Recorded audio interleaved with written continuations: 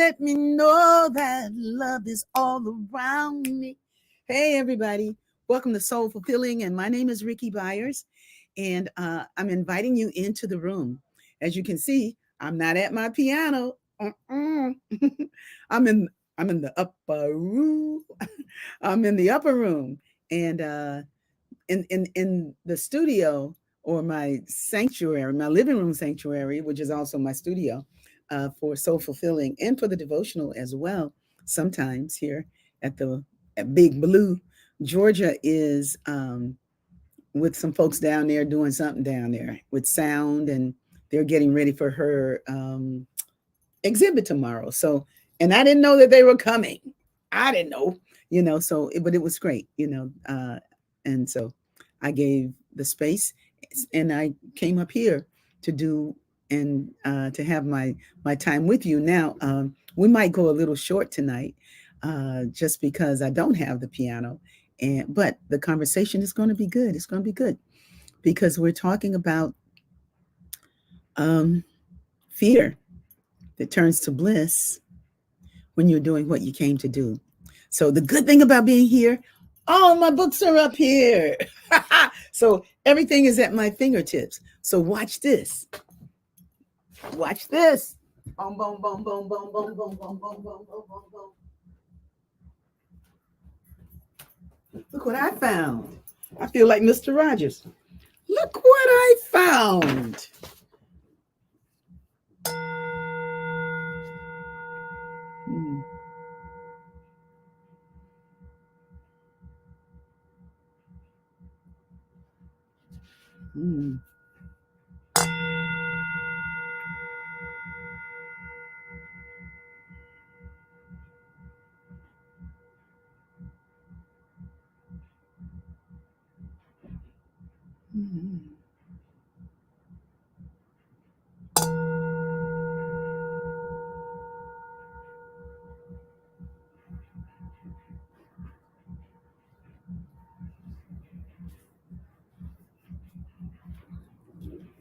We're off to a great start. So I don't see anybody in the room yet. Oh, yeah, we got people in the room. Hello, everybody. Come on into the stream and make yourself known as we continue to allow the sound of the ringing bowl, the singing bowl, to inform us into a certain kind of stillness.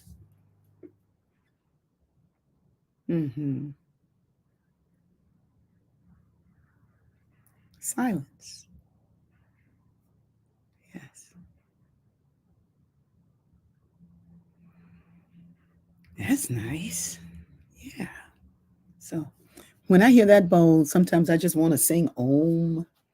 And Om is a very powerful word. It's like the song of God. It just represents everything. It represents the divine vibration of the Most High. And when we say Om Shanti, it just sounds like, that's peace. Like, it's a tranquil state of awareness. And I'm just really thankful that that you have joined me tonight. And I hope I don't look too glossed over here. It's kind of different here, but it's still Rickie. Estella's in the house. Chef Lori's in the house. They're coming in. It's raining in Asheville. Okay. Yeah, it's not raining here. This was one of the most beautiful fall days of the first 3 that we've had. It's just been a glorious day. And I've been able to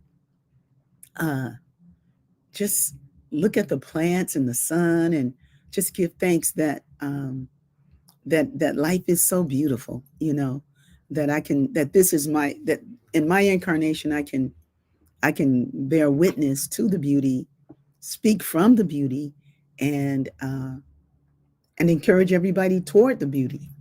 If where you are, it's not beautiful, but I can't believe that. I believe that where you are, the people on this thread, I believe we have good lives. We're born into a really beautiful awareness that we do not have to that we can get loose from the stuff that ties us down and holds us back. And that's what makes this group really good and what makes this incarnation really blessed for me.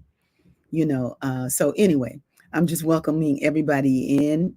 Hi, Iyabodi Jackson. Iyabodi Jackson. She says they're getting rain from Hurricane Helene. More to come tomorrow. Look at that.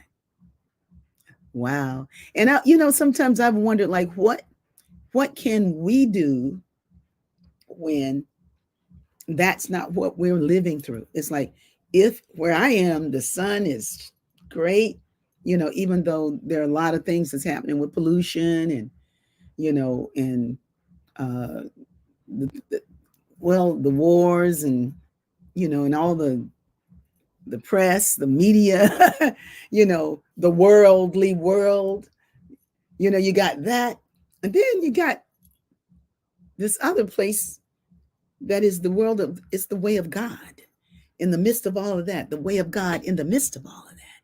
And that's what I anchor in, that even if I'm in a place where a hurricane or the storms are coming, they call them hurricanes, and sometimes they're storms, and sometimes they reach a certain level and they got you looking at what is going to reach and all of that. It's like, well, let me just, be in a holy space within myself and watch what's emerging and allow the Spirit to speak to me in the ways that I will understand, so that I will do what I need to do in this opportunity of life. Right? Yeah. Yeah. And the sun, if the sun shines every day and there's never any rain, you're in LA. We need rain, though. We need rain. I find such peace and healing from your music and your conversations. Thank you, Lauren. And thank you for joining us tonight. I wanted to talk about this wedding ceremony that I just did. And I'm just going to be blessing everybody who comes in. I see Maxine's in the house. Bless you, Maxine. And Chef Lori, bless you. Bless you all, Estella. And hey, Ann, we're going to be together next week in Asheville. John Caesar, bless you, John Caesar. Your generous self. Darren, bless you, Darren. And your queen, Marianne. I mean, just bless everybody who's joining us tonight. Hey, but y'all should have been at the wedding, baby. The wedding was something else. It was something else, Sue. I'm here to tell you. And, but on the way over there, I was like, I was kind of like, oh my God, the ego wonders, what are you doing? That's what the ego's wondering. And God is going like, you know what you're doing. You're doing what I'm going to guide you to do, but, I had a good ride over there, a good ride on, I think it was international car, don't use your car day, Natalie Pace told me, but we didn't know about that part. So anyway, I got in that Uber and went on to the memorial service. I'm not the memorial service, the wedding. And it was just such an opportunity to step into something that I really knew how to do. I really knew how to do it. I knew how the program went. I mean, I had all my stuff written out. Y'all would have been proud of me. I had my notes. I had my portfolio, baby. It's like this. I had a little book like that, because I wanted it to look official. I didn't want to be up there like this or on a cell phone like the young people do. I had this. And it was nice. It was really nice. There was an ambient harp player that was there, and she was amazing. And then there was this great woman named JC who did the grounding. And this was for the wedding of Nelson Marquez and Grace O. And they married at 3:33 Sunday afternoon in a house in Venice. It was his mother's house, and it was just such a beautiful ceremony. And I was the officiant. How about that? And you know what I found out? Once everything got started, it was like, I am made for this. I can do it. I can do it. So you would have been proud of me, but right before the wedding, like about 2 minutes before 3:33, because the wedding was supposed to start at 3:33, right? The piano doesn't work. No sound from the piano. I'm like, oh, but it wasn't my piano. It was Nelson's piano. And so Nelson had to come out and make the piano work again. Nelson was sharp too, man. Nelson had on a blue suit. I mean, he and Grace, they were so beautiful. He had on a blue suit, looking good. I said, he used to be a tenor in my choir. He used to be my tenor. And he looked so handsome, and his wife was his bride to be was so beautiful. And the flower girls were the parents. Can you get that? The flower girls, the fathers have all passed over. So the mothers are still in the body and very powerfully strong. And so the mothers were the flower girls, and they came in with the flowers. It was such a great program. And it began to flow, and I just stepped into it, and I had no fear. I had no fear about anything, because and I was really honest with it. They had close to 100 people there, so it was a lot of people there, to share this beautiful experience. And I was letting them know that the difference between a wedding and a marriage. The difference between a wedding and a marriage. And wedding is you're celebrating a moment right now. You're celebrating what's happening right now. It's the ceremony of two people coming together. But a marriage is like a way of life. It's like the culture. It's like a culture. It's like the way you do the things you do. It's your journey. So I got to talk about all that. And I even did some rapping. So I didn't believe it. I rapped to one of Georgia's songs. She's got a song called Monoculture. And I talked about monoculture. Like, mono means one, culture means the way that we get things done. As with anything, there's always more than one way to do it. Diversity in nature is how the cosmos stays fluid. So I did that rapping, and I was like, I can't believe I'm rapping Georgia right here in the middle of your wedding. It was good. It was so funny, and everybody enjoyed it. And, but I could talk about it, and I could talk from my heart. I could speak from my heart about marriage and holy matrimony and what it means when you have the opportunity at love and to be honest with each other, heart to heart, soul to soul. So the songs carried me, y'all. Y'all hear what I'm saying? The songs carried me, more of who we are. What? That's the best wedding ceremony ever. I will meet you with my heart to heart. Let us meet again. And then may we become more of who we are. I will touch you with my soul. It was beautiful, man. And they put their heads together on, I will touch you with my soul, soul to soul. Let us touch again, and then may we behold more of who we are. And then they hugged each other, and they're sitting on a bench. I had them sit on a bench for this part. They sat on the bench, and then they held each other and said, I will meet you silently, breath to breath. Let us breathe as one, and then may we become more of who we are. And it was just lovely. And they came in on that song too. I sang too, by the way. It was great. And the food, the food was delicious. And I just found that fear that I had, like the night before, I won't call it it is like a fear. It's like a trepidation. It's like anxiety. It's like, ooh, something different is happening. Ooh, when you're going into a new territory, even knowing what I know, every time I do something different, I go into it. There's a moment when it's like, that's good. That's good, because that says, I need you, God. I need you to be with me. I need you to inform me of your love so that I may express it. I need you to speak through me so that what I say will be significant, will have meaning and purpose. I need you to sing through me so that even if my voice cracks a little bit, people will feel my heart. I need you. And I lean into God, and then I go like, all right. It's no distance, no separation.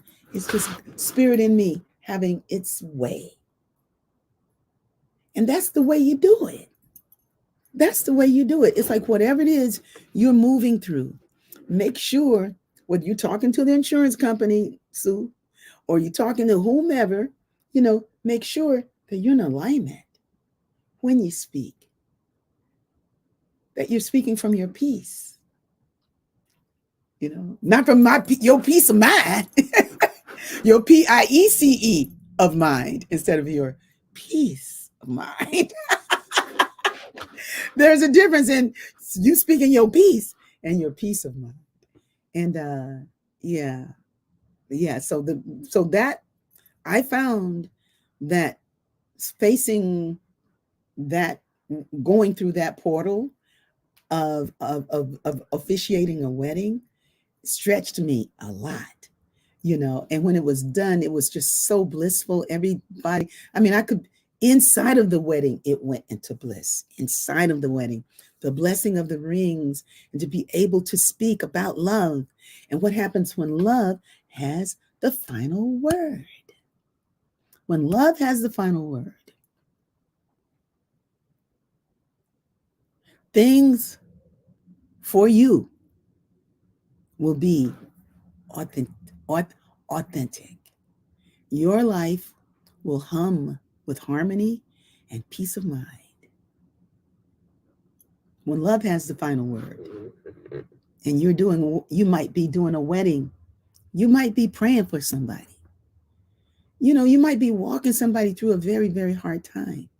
But when you know that God has the final word, it's like, it's going to be all right. Especially if the people who are engaged in it are here for God truly to the bone. It's like I told them something that was really, the whole group heard it, but I was talking to them, in their wedding. And I said something, I probably shouldn't be saying all this to y'all, but it was like, it's like if there's honesty and integrity, you can do well. If there's honesty, if there's integrity, if there's kindness, if there's support, if there's love in action, if there's mercy in action. And I did the Beatitudes. The Beatitudes are beautiful inside of a wedding because they relate to love. And sometimes people don't quite get to that level because they only understand it at the level that they understand it at. But inside of that wedding ceremony, when I started to quote the Beatitudes, I understood them even more. It's blessed are the merciful, for they shall obtain mercy. Like sometimes with our lives and what we're walking through, sometimes we're with family and inheritance issues and all kinds of stuff people are going through. In the old days where I come from, didn't nobody never have no inheritance. So we were happy. Hallelujah. But then you get stuff and now you're arguing over stuff, and how you going to split stuff? How you going to share it? Who's taking advantage of you? And even when I was doing the Falun Gong years that I did that process, part of the teaching of that is like when you can yield, blessed are the merciful, when you can yield, you don't lose. When you yield, you do not lose. You won't lose. And what that means is that sometimes it's not throwing in the towel. It's like, you got it.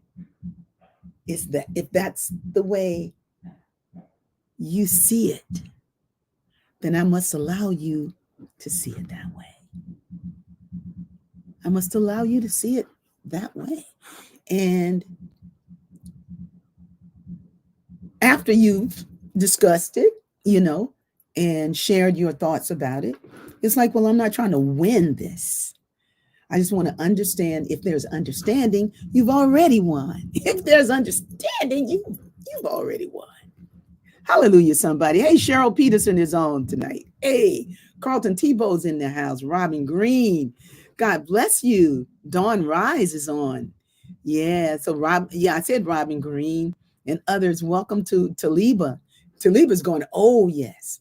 Your weddings are nice, but sometimes marriages aren't, and marriage is the other side of that. So here's a shout out to Grace and Nelson, knowing that they are off to a great start. They had a good wedding, a beautiful wedding, and beautiful friends that were there. All these artists who were there, we were all out of the box kind of people, and they understood exactly what the sermon was about and the whole ceremony was about, and so it was beautiful. It was beautiful, and it touched me, because like I've been married 3 times.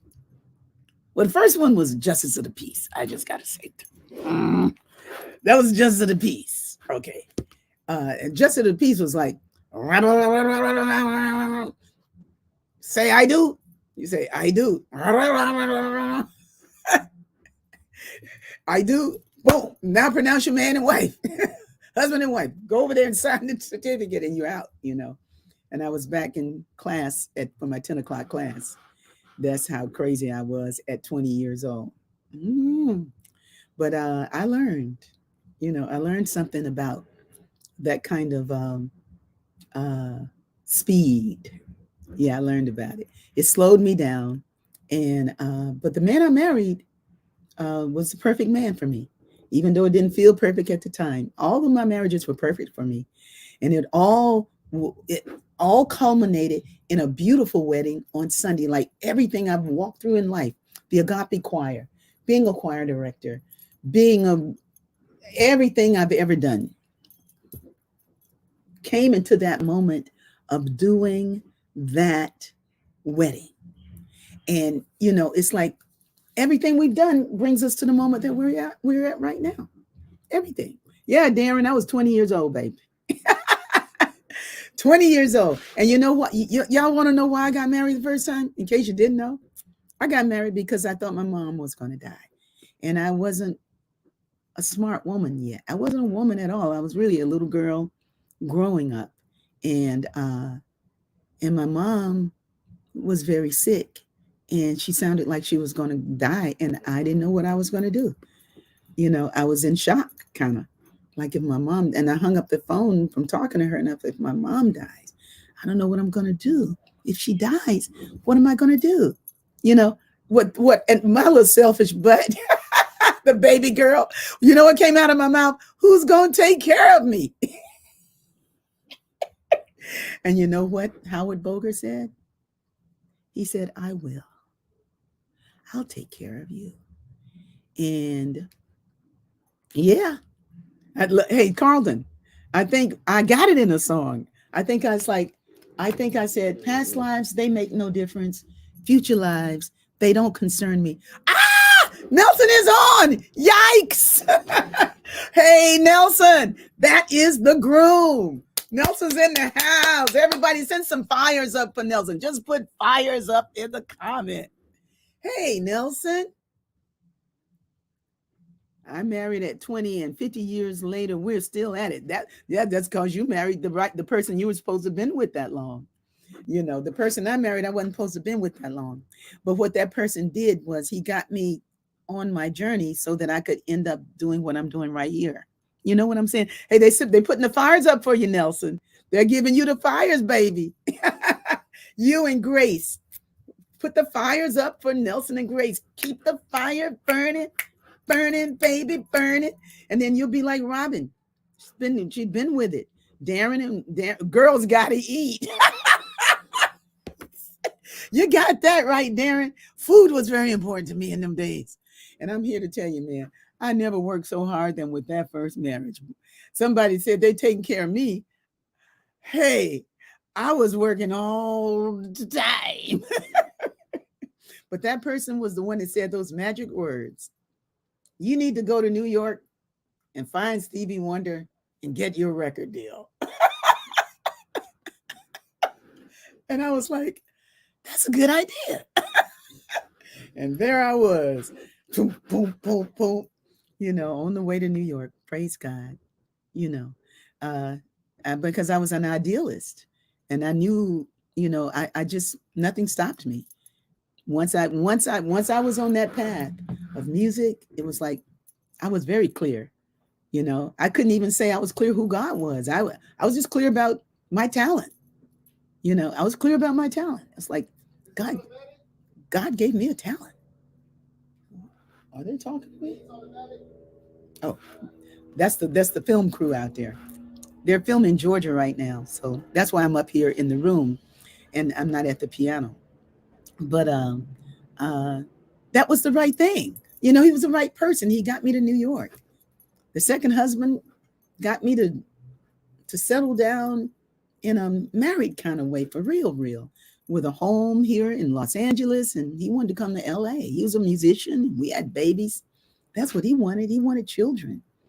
And I wanted children too. I was 30 years old and felt like, wow, it's time to have kids. Because in the South, if you ain't had a baby by 30, you late back in those days.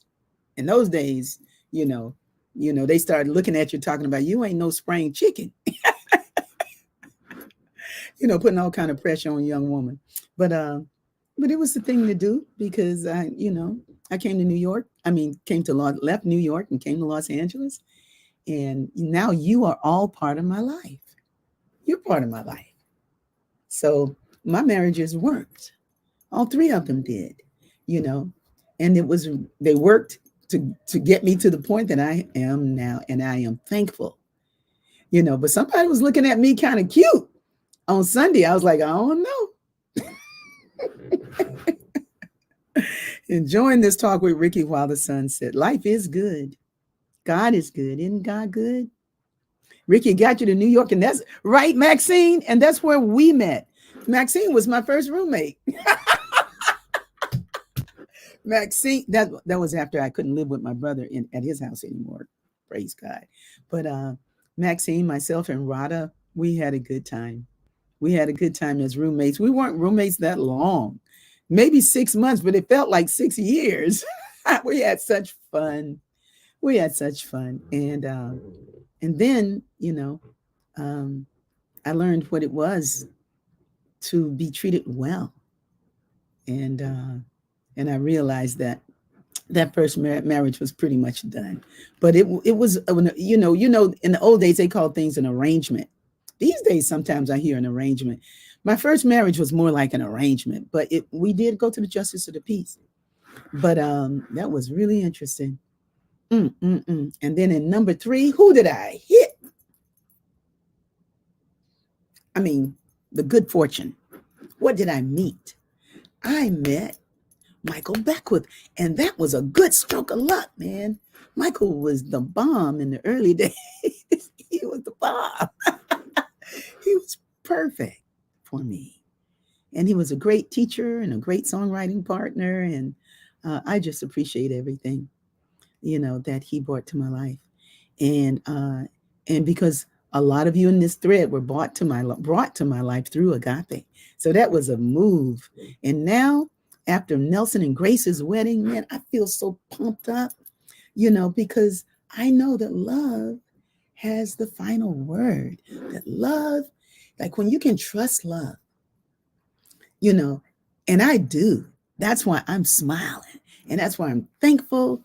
And that's why, even though a hurricane is happening where Iabodi is that where it was? Who was there with the hurricane? It was like with the storm. It was, who was that? That was down there with the storm. Uh, let's see. That was, yeah, that was Miss Jackson.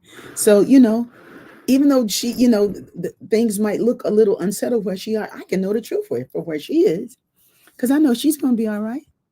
She's going to be all right. God is with her. Hey, any way it goes, she's all right. Any way it goes. This morning, my morning started off very interesting. I was outside working in the yard because I love to work in the yard early in the morning. And this lady came by and she had her dog, and her dog is so cute. Her dog's named Charlie Chaplin, and and she asked me. I mean, she looked me directly in the face and she was like, "Do you know Kamala Harris?" I was like, "No." She said, "Do you know how I can get to Kamala Harris?" And I was like, "No." And then I was like, "Yeah, I know how you can do it." Now this story has a good point, so stay with me. I said, "I know how you can do it." I said, "I don't know her. I don't know her at all. But I know someone who can get to her." I said, "But a lot of people, I mean, you can send your thoughts in and everything." And then she went down she said some things about she needs to talk about this and she needs to talk about that. And she needs to talk about this, about what the vice president candidate needed to be talking about. The presidential candidate, current vice president, y'all know who I'm talking about, what she needed to be talking about. And I was like, well, I hear you. I hear you. I was like, but, and then I started giving my thoughts about things. And I was like, but I don't usually talk politics. I said, because if you guys knew how I really felt about things, I don't know, the FBI might be on my front door. I don't want nobody here, so you're not going to be with me, when they start flying more helicopters around my house. So it's like, and yeah, Nelson, I noticed they had helicopters around your house too, around your mom's house. They were sending those helicopters during the wedding. But so I told her, I said, I'm not sharing all my thoughts about politics because it's not important. Nobody hears it. You're the only one that's going to hear it. When we have these conversations, you're the only one. I said, what makes a difference for me is what's happening right here where I am now. And she was talking about the food crisis, and Kroger had record-breaking year because they're gouging prices and everything is so high and people can't eat right now and blah, blah, blah, blah, blah.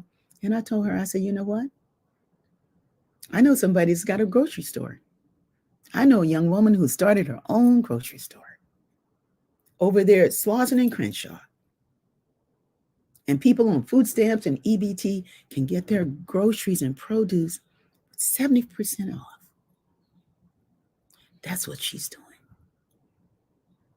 And she said, oh, wow.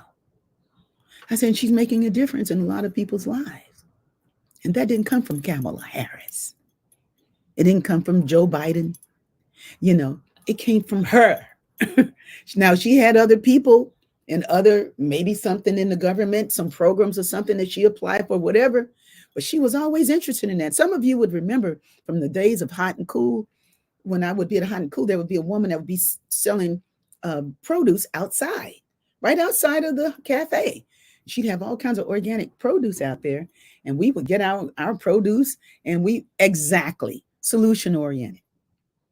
To stay solution oriented, solution focused. You're looking at the solution. I can't look at the problem. I can't. I walk in the answer. When you walk in the answer, it's like you don't tarry all day with the problem. And also, I want to say this too. There was a woman that I was talking to. There were two women inside of the weekend who were giving me. They do a lot of things. They do what they do. And they were telling me, this one lady was sharing what she does.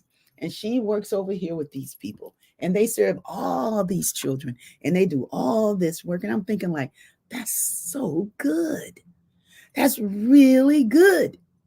But in the old days, like 2 weeks ago, before Nelson's wedding, because Nelson's wedding set me straight in my heart. You're going to see why it set me straight. Okay, in just a minute. So she's telling me about all the stuff she does, and I'm in line. And I was telling her about what I had done with Kumba. That's what the conversation started with, me talking about the summer camp, because Rami Frankel was there, who had done this movie about the Kumba kids. It's a really beautiful movie you can see on YouTube about the work we were doing, blah, blah, blah. And so we were having our conversation, and then she brought up her work. And her work is really good work. Man, she's doing a lot of good work, you know. But what did not happen this time was that I didn't feel guilty that her work wasn't my work. Because if she's doing something good for somebody and we're one, I'm doing something good for somebody too. You know, it's like if God is one, you know, it's like I can rest. That doesn't mean that I'm complacent and don't do nothing, but that means I can celebrate what somebody else is bringing as much as they're celebrating. She loved me for the music, you know. So I'm going like, well, you need to understand. But I understood it from the wedding. The wedding opened my heart to God in me.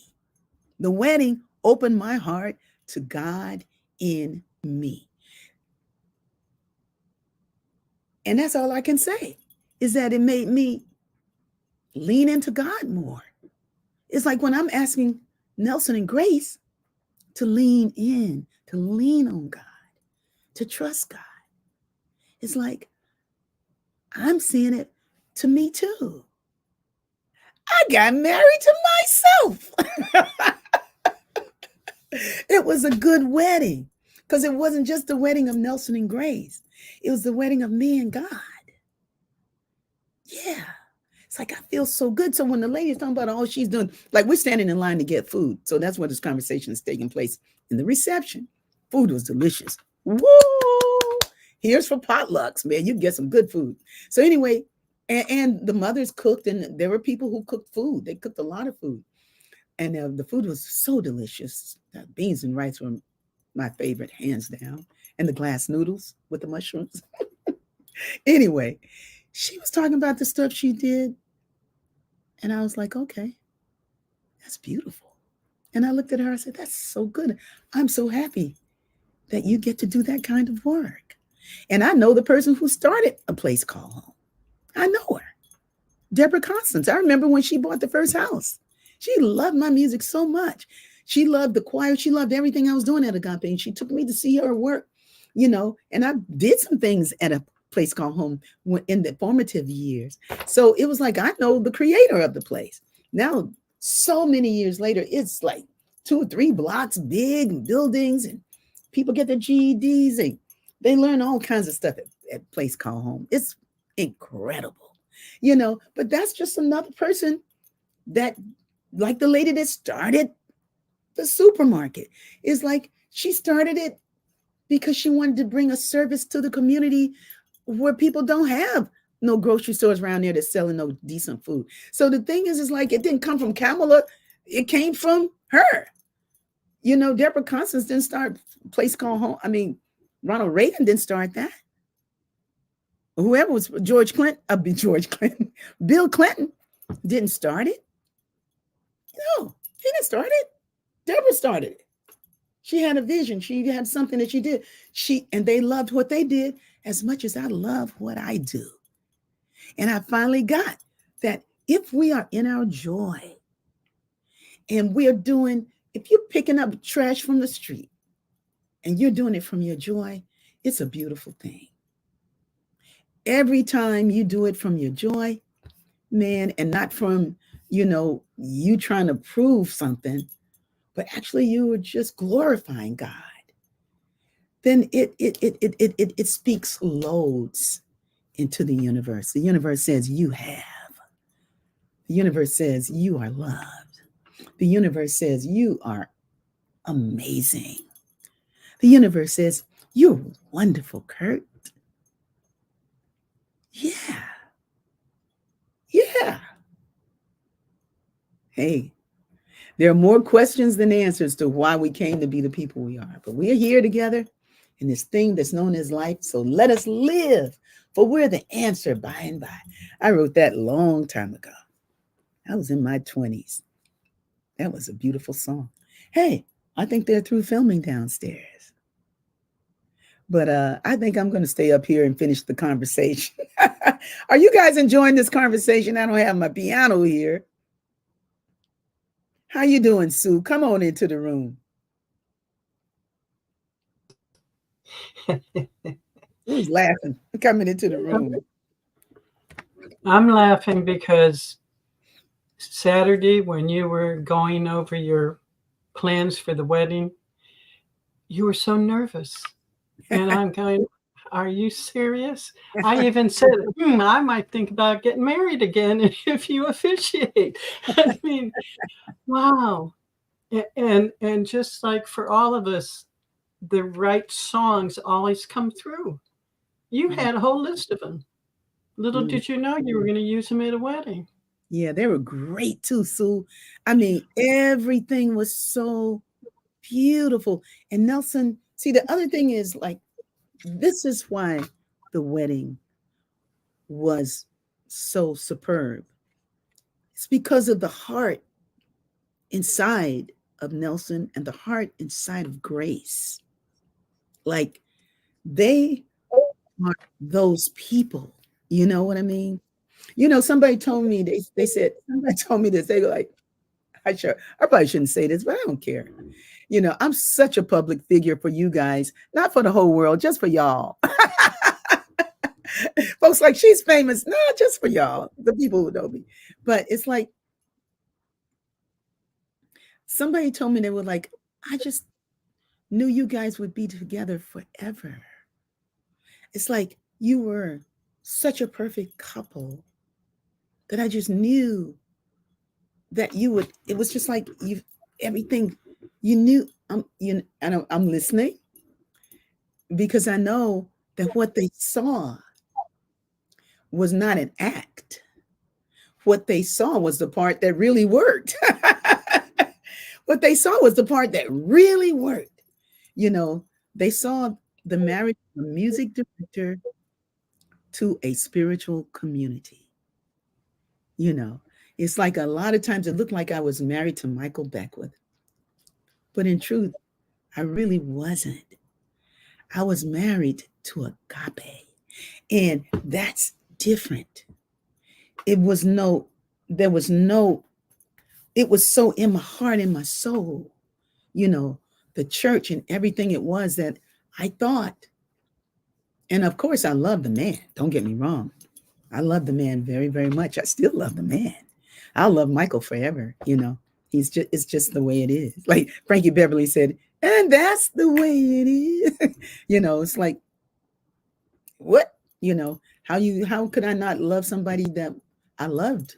I love everybody I love, but the rest of them are dead. He's still alive, but it's like, I love him. He's a beautiful person. And that part still in my mind, you know, what he brought to my life is still going on. It's good. You know, it's just like at one point, it just didn't, I can't talk about that part. You know, I can't tell y'all everything because the helicopters might start flying around my house. But let's just say it, you know, it was like I had completed what I came to do, you know, and y'all might be interested in this. Y'all ready to hear this?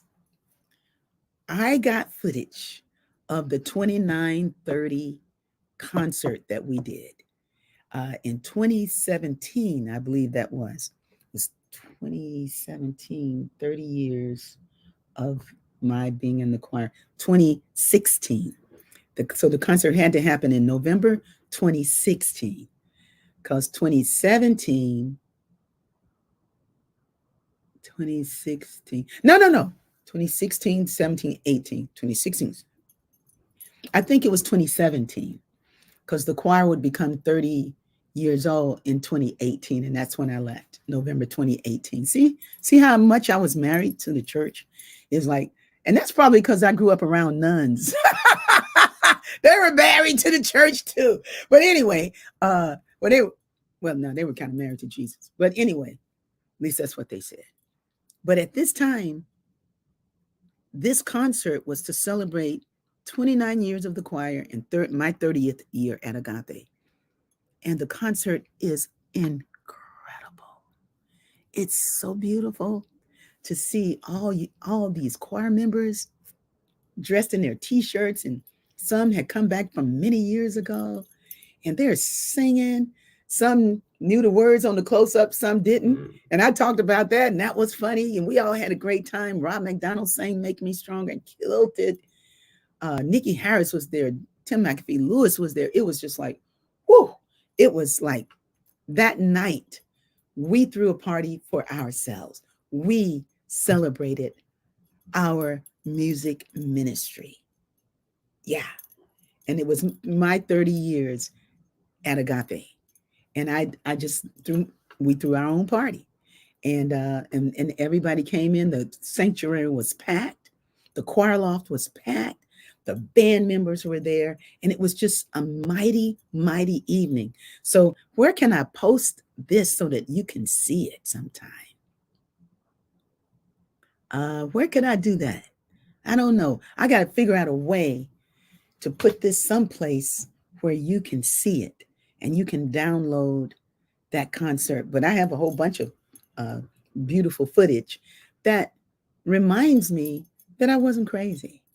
It reminds me that the spiritual community that we all helped to build is still alive in our hearts. You know, the building goes on, the church goes on, Agape's still going on over there. But the era that I'm speaking from was an amazing time. And it made me who I am. You know, it helped to make me who I am. And so for me to be able to show up, because Nelson and Grace asked me to do their wedding because they knew me from the music. They knew me from the Be-Hood, you know. And so my breath begins and ends with God. Yeah. On my website, Terry says I can put it on my website. The music hasn't been the same since you left. No, it's different over there now. It's different. But hey, look, the townhouse, not the one in Venice, the townhouse on La Tierra ain't been the same since I left. That was a nightclub that I was at for years ago. Yeah, in the old days, I was singing at the townhouse and singing at Agape, you know. But it's like everything we're doing is loosening us up so that we may be fully present for more God to shine through us. For more God to shine through us. That's all we're doing. That's all we're doing, making friends. Oh man, I met so many beautiful people at Nelson and Grace's wedding. It was like beautiful people. I made friends, man. I made friends. And then I met, oh my God, that guitar player, Nelson. Woo. John Villarobus. Is that his name? I don't know. He was a great guitar player, great acoustic guitar player. Here's a shout out to David Neal. I don't see David anymore. But you need to call somebody back, boy. I just wanted to say hello. Yeah, I'll put it on my website. Terry Dean, the great Terry Dean is in the house. Terry Dean has her own candle shop now. We prayed her through in the Be-Hood that she would really get that she's an extraordinary entrepreneur that brings joy through the things that through the candles that she makes. And yeah, so Terry Dean, she's got Candle of the Month. What is that? Candle of the Month. So subscribe to Terry, man. You get a candle every month, $25 every month. You get a candle, a really wonderful Villalobos. That's his name. Woo-hoo! That he can play. John Villalobos is an extraordinary musician, and I look forward to playing with him again. Yeah. Somebody just told you to go to where? That's Upper Reality. That's Jess. Go where? To the townhouse in Venice? I guess that's what she's talking about. Oh, Shemaya's on. Hey, now. What's up, Shemaya? Maria Clemente. She's a brilliant. That was our home. It was fabulous music, and it was a fabulous time. And it really, like Rajneesh, when Rajneesh was a live O show, Rajneesh was all the rave, man. There peaks and ebbs. It's like it comes and it goes. It's like the only thing that never changes is God. God is consistent, always in the same. Meditate on the spirit and make your holy claim that God is closer to you than hands and feet, that God will lift you from despair and defeat. God understands, God is real, and God is love. Meditate on the spirit and take a little time with God. Why? Because God knows everything about it. God knows what it is you need. God knows the way in and the way out and the way all around it. I don't care whatever it is. Take a little time with God. Oh, whatever you do, take a little time with God. Hey, listen, I had to marry that man. He was giving good words. Take a little time with God. Those are good words. Thank you, Michael Becker. You're cool. Hey, it's about time for me to wrap it up. I don't think I got into too much trouble. Yes, go to the townhouse and perform there, Jess. You'll be great there. Yeah. Hey, Nelson, I need to talk to you and Grace and tell you guys how much I love the opportunity to be with you on Sunday. Thank you for the invitation, and thank you for being so good to each other that you will be drinking ginger beers in the full moon every month. All right. They met over 2 ginger beers at the townhouse in Venice. Yeah. So, okay. So show the clip where Georgia's going to be tomorrow on Wednesday. I'm sorry, Friday night. Our beloved Georgia and Muldrow. That's hers right there. And this is somebody else's right here. And there's somebody else's right there. There are 3 other artists. The Living Legend series, Abadule I guess is, I don't know how to say her last name, Ikea Wilson and Georgia Muldrow. The Aziz Project in Leimert Park Village will be there. I think there's, yes, so this is Friday from 3 to, what does it say? I think it says 3 to 9 here. All are invited, and it says 3 to 8. Saturday the 28th. The 28th is Friday. We're still in September, right? Yeah. Yeah, that's Saturday, honey. What? Yeah. What? I don't know. Am I looking at the wrong? No, I'm on 2024. Wait a minute. It's Saturday? You're right. Sue is right again. Thank you, Sue. I was going to be going there on Friday. Oh my God. Hey, I wonder if Georgia knows.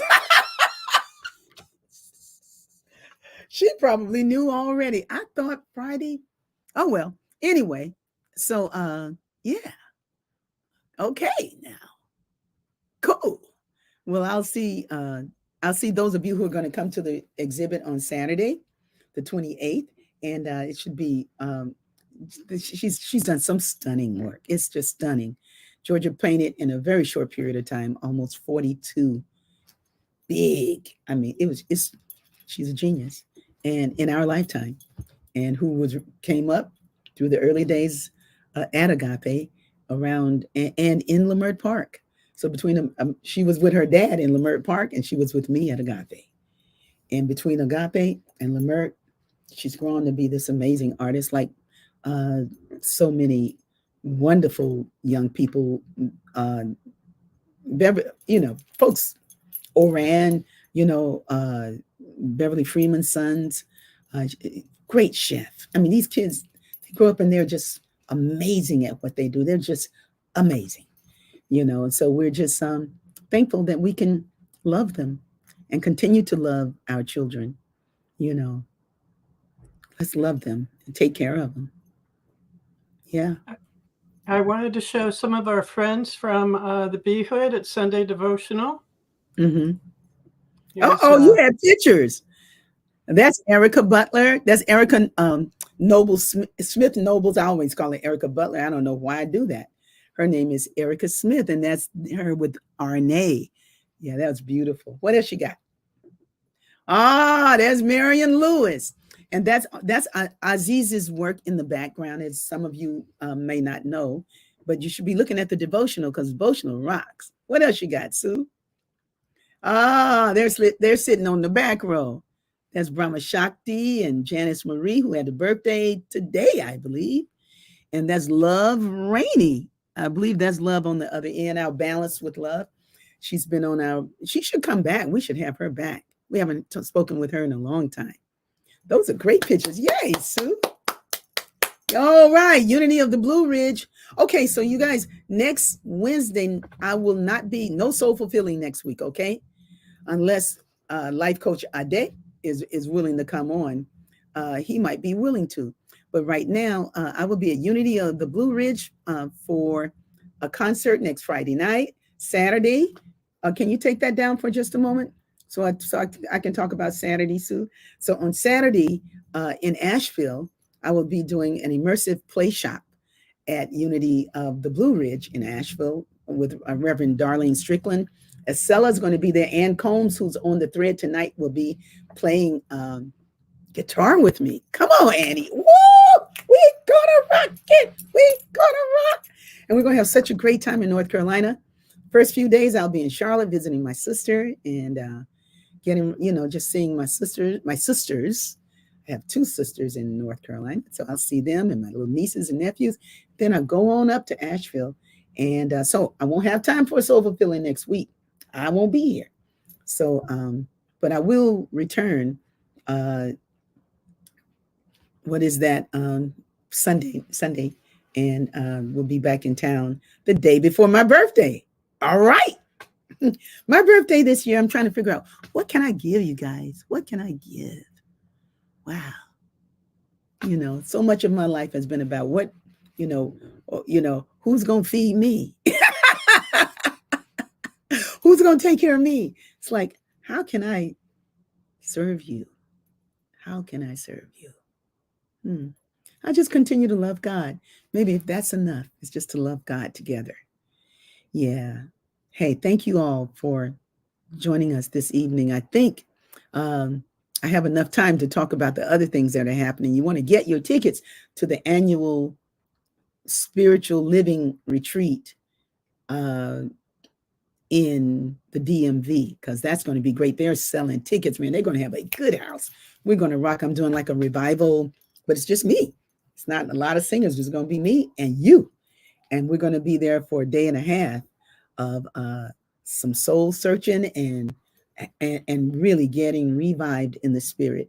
And then finally, I'll be in Jamaica in concert on the whatever that Friday is, November 8th, I believe it is, with the University Singers of Jamaica, of Kingston, Jamaica. And I'll be in concert that night. There's an installation of Reverend Dr. Michelle Senegal. On Saturday and Sunday, I will be the guest artist at their church service at the Temple of Light in Kingston, Jamaica. Then I'll be back. So I'm going to be in for most of October. And the first 2 Sundays in November, I will be out of town. My nephew's getting married too in Atlanta, and I'll be there to see him get married. Oh, he's such a dear.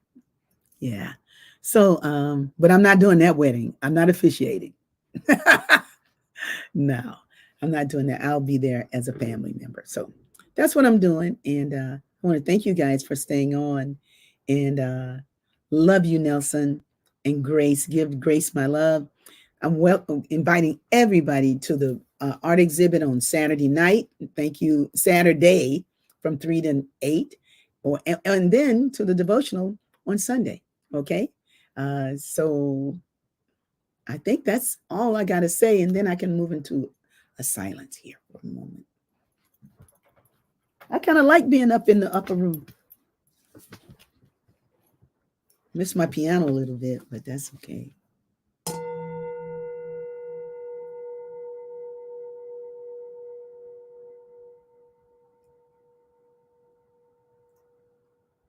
May you trust God and allow God to have the final word in your life. Because when God has the final word, God is very present for you because you've given God the permission. You've leaned into God.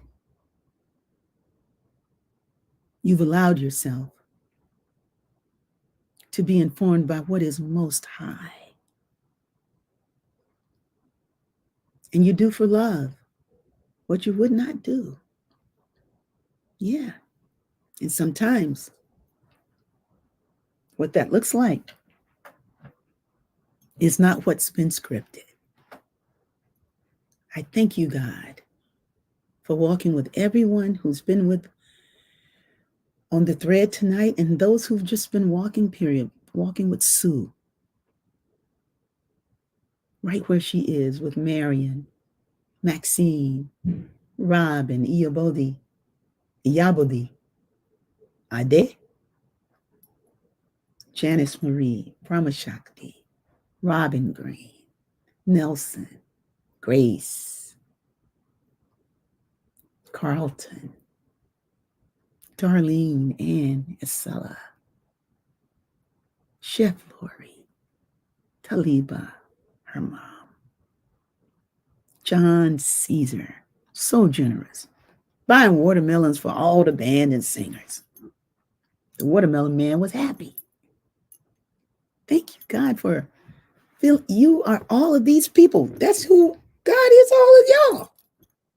Showing up in you as you allow it. So let us be willing to let God be God in our life. And love will have the final word because love is God. And I'm thankful, so grateful. I rest in God and say, Amen.